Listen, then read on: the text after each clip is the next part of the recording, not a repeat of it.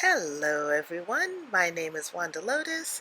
I've been playing The Sims 4 since February of 2020, and today I am walking you through my speed renovation of a it's described as a family home. It is a family home. It's also a very big family home. Now, please excuse this first 45 seconds of very poor quality pixelated video. I recorded it using the video recorder in The Sims 4, forgetting that the best way to record my builds is to use the screen recorder that comes with my Mac. And there I remembered that I could use the screen recorder that comes with my Mac, so the video is a much better quality. Sorry I had to subject your eyeballs to that, but I did want you to see what I started out with, even though it was a lower quality, it was very pixelated. I called this Soph's Family Home because Soph is a fellow Twitch streamer who made this build as part of a collaboration. I think she said a couple of years ago, and she hasn't put any other builds up on the gallery because unfortunately she got some very not so nice comments from random people who feel like it's okay to say things online that they would probably never have the guts to say to someone's face. So just a word of advice, don't be that person. Um, but she did put this build up and I really liked it, and I immediately saw some stuff that I would want to change. So I told her, hey, how about if I have a go at it and see what I come up with? And she said, please do, and let me know so that I can take a look and see what you do. So Soph, this one is for you. An entire video that is dedicated to your build. So this is 2 stories. It has 3 bedrooms, 2 bathrooms, a huge backyard. This is built on a pretty large lot, so there's still a lot of space for renovation outside and even expanding the house if you decide to put this lot down in your own game. This version uses several different packs. I think I ended up with something like 5 or 6 different packs, but after I created this version and shared it to the gallery, I went back and removed all of the pack specific content and created a base game version. So you will find both a version that has a bunch of packs in it. I cannot talk today. You'll find a version that has a bunch of packs in it, and you also will find a base game only version. So my ID up in the gallery is wthelotus.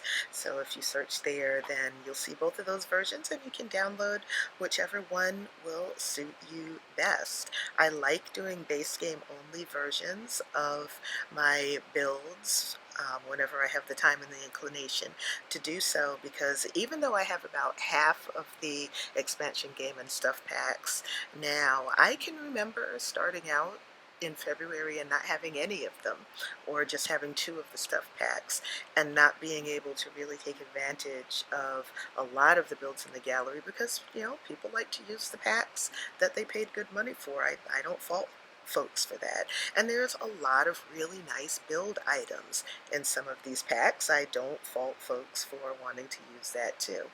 So, and I like to use it. I mean, let's be real here.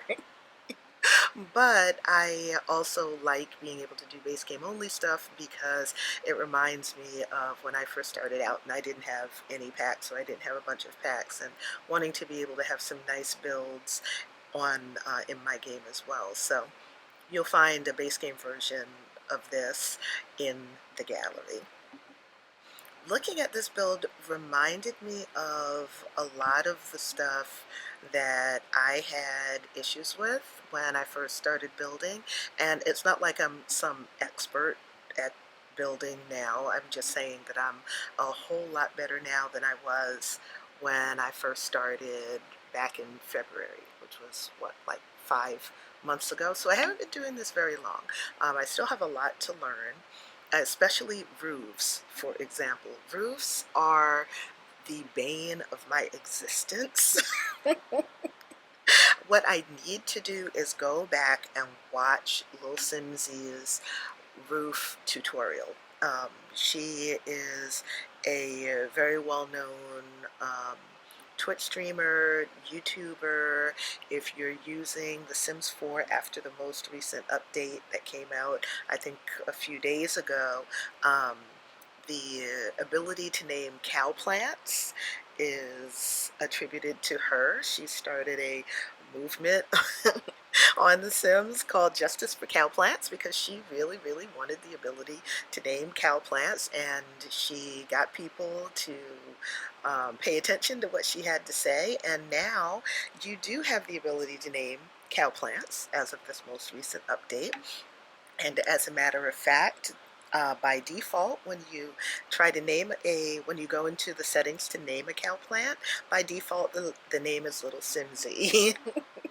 Which I think is absolutely adorable. So congratulations, Kayla, on having the Sim Gurus and the development team pay attention and take to heart what you wanted to be able to do, which is name your cow plants Peaches.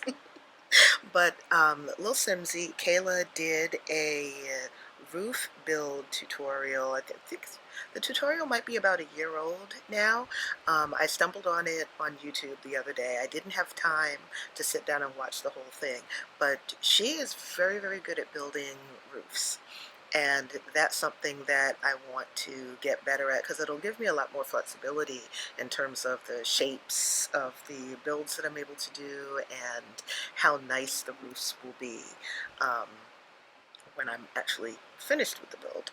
So yeah, that's something that I'll definitely be working on, but as of right now, roofs are the bane of my existence. So towards the end of this build, you'll see me redo the roof, and I did a very, very simplistic roof because simplistic roofs are all I can do right now. Hey, we're all learning, we're all growing.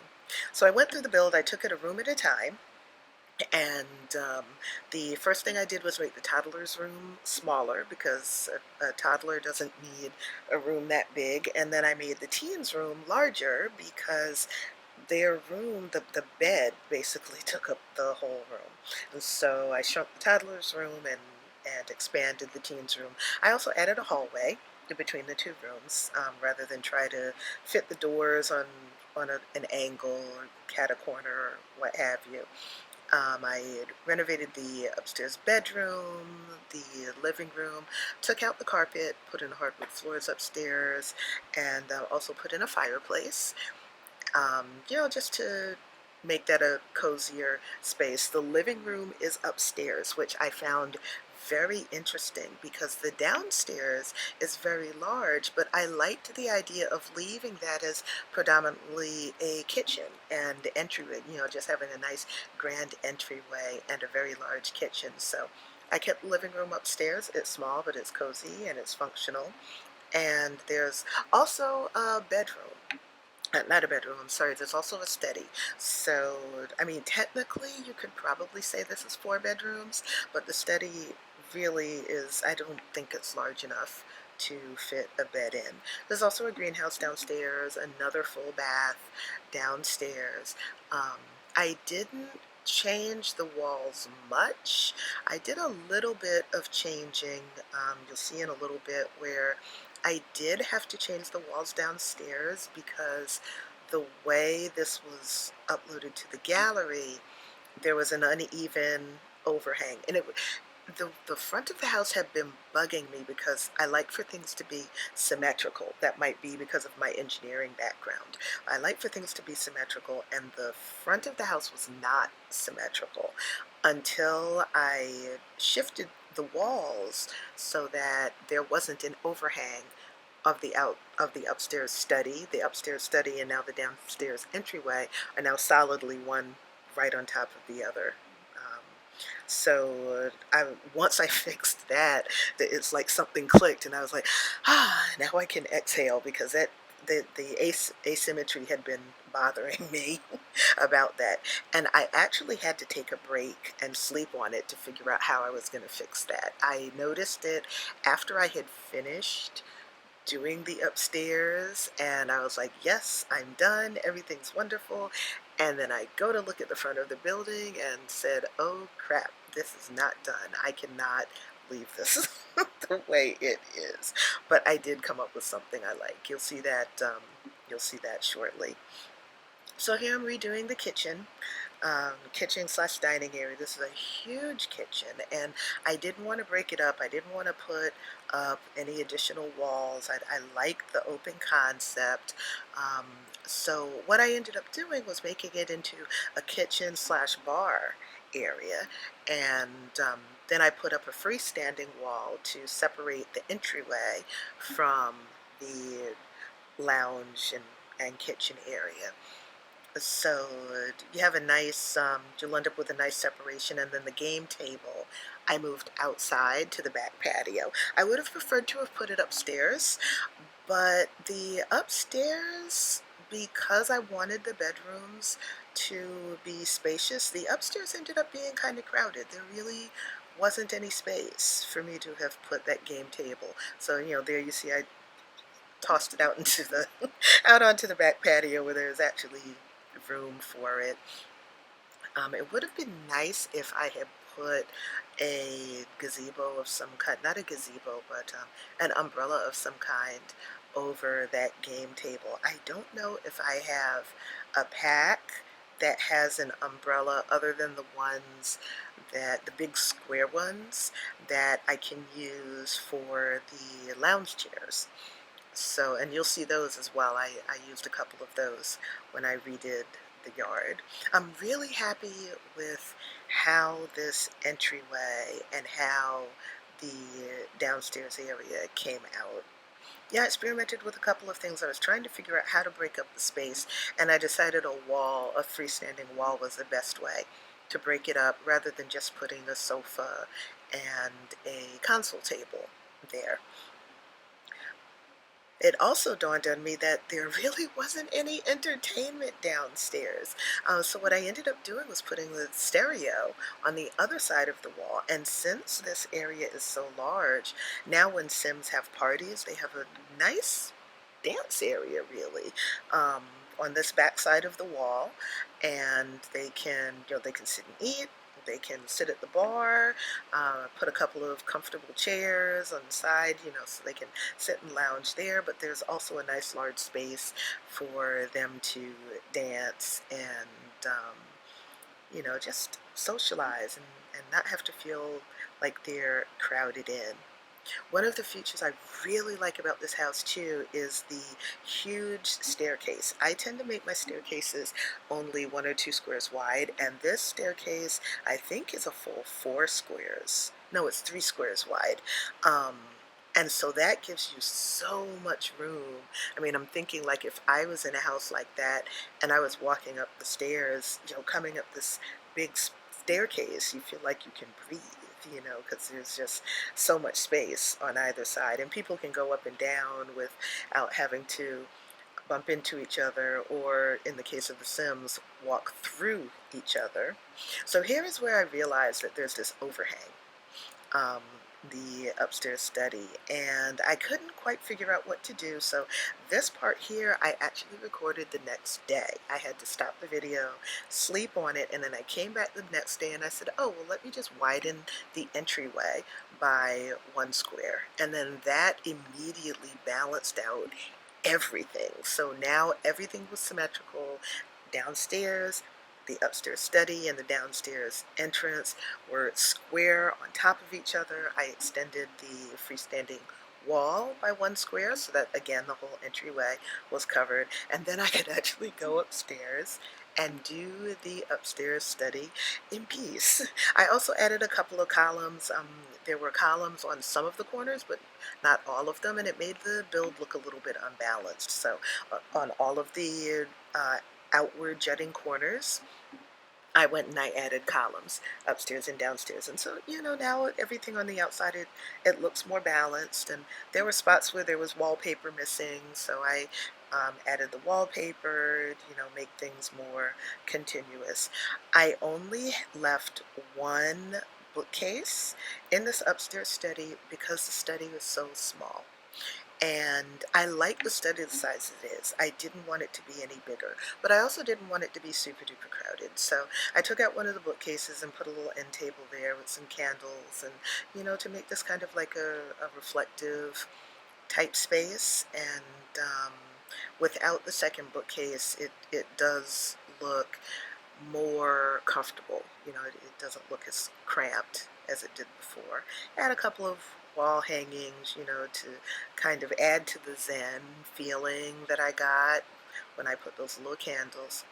These curtains, I don't remember what pack they're from, but I love them, and I ended up using them all through the upstairs. So they're in all three bedrooms, and they're in the study.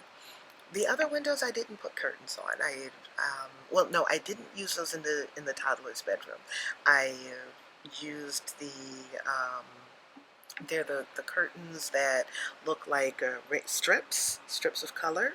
I used those in the toddler's bedroom. They were perfect for that kind of vibe. So now I've moved on to the backyard, and I learned by trial and error and a lot of frustration that if I have a house up on a foundation and I start the fencing by clicking on the house, the fence will also be on a foundation. Sometimes that's cool. I've done a couple of builds where that's what I wanted, but that's not what I wanted for this house. So what I had to do was put the fence down but not started on the house. So the fence did not end up with the foundation. It's just flat on the ground. And then once I got to the end, I just extended the wall, extended the fence to the side of the house so that now the fence is attached to the house, the backyard is enclosed, but there's no foundation. It didn't put down the concrete like it would normally do. It just left it as a grassy area until I put tile down, of course. And I ended up changing this tile.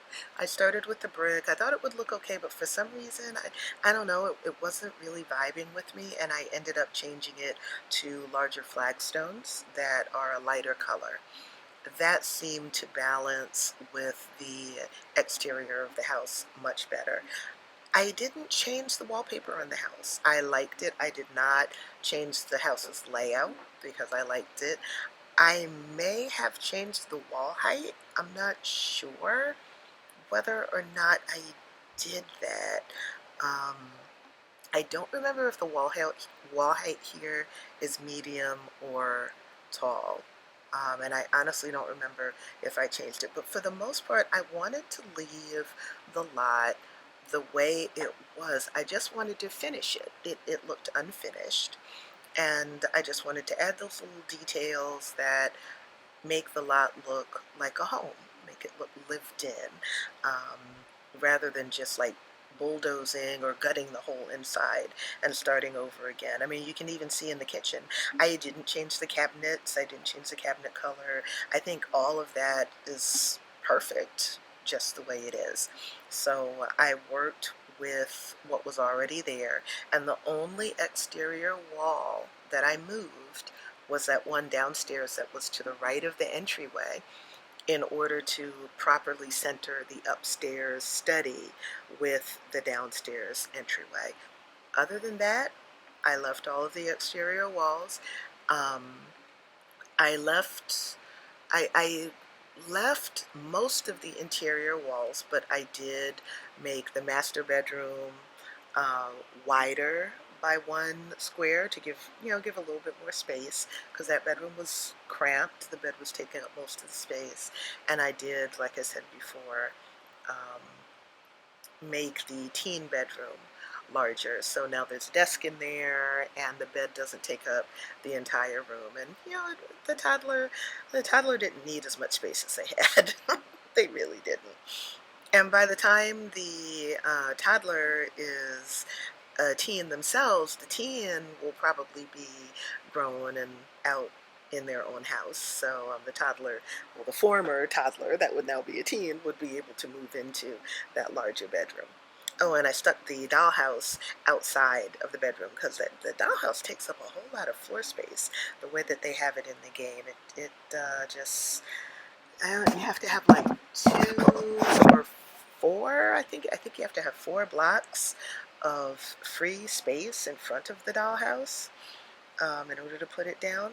Hey, I wanted to put down some, string up some lights outside, but I couldn't figure out how to do it in a way that would really work with this yard. It was my first time trying to use that build item. I only recently bought that pack, but now I think I understand. I've looked at a couple of other people's builds where they use them, while they were actually building with them, and now I understand how they work. So the next time I do a build, I'll know how to use those lights. And it would be nice to add a little bit of separation between the eating area and the pool area, or to at least have the lights strung up around the outside, the fence sides of the pool. And then that way you have that nice little, that nice little touch. So especially during the warmer months, you're outside, you have the nice little lights twinkling and what have you. So now I'm putting the finishing touches on the outside. Those little things that make it look more realistic, putting the dirt trail around the foundation of the house, underneath the fence, and working on the landscaping. Because the house and the lot are so large, I decided to use some pretty big trees. I normally don't go with big trees, but I don't normally build on lots this large. But in this case, I took advantage of it, and I like how evergreens give a sense of privacy. And this is already a pretty private lot. There are no lots right next to it. So I put the big evergreens to add to that sense of privacy. Like I said, I changed the roof. Nothing fancy because I don't know how to do fancy roofs yet. I will get there at some point in time. But in the meantime, I just keep it simple, as simple as possible. Anyway, I changed the roof and changed the roof tiles so that they, kind of fit the exterior of the house. And here's where I changed the tiles on the back deck. And I like those lighter color tiles much better than the other ones.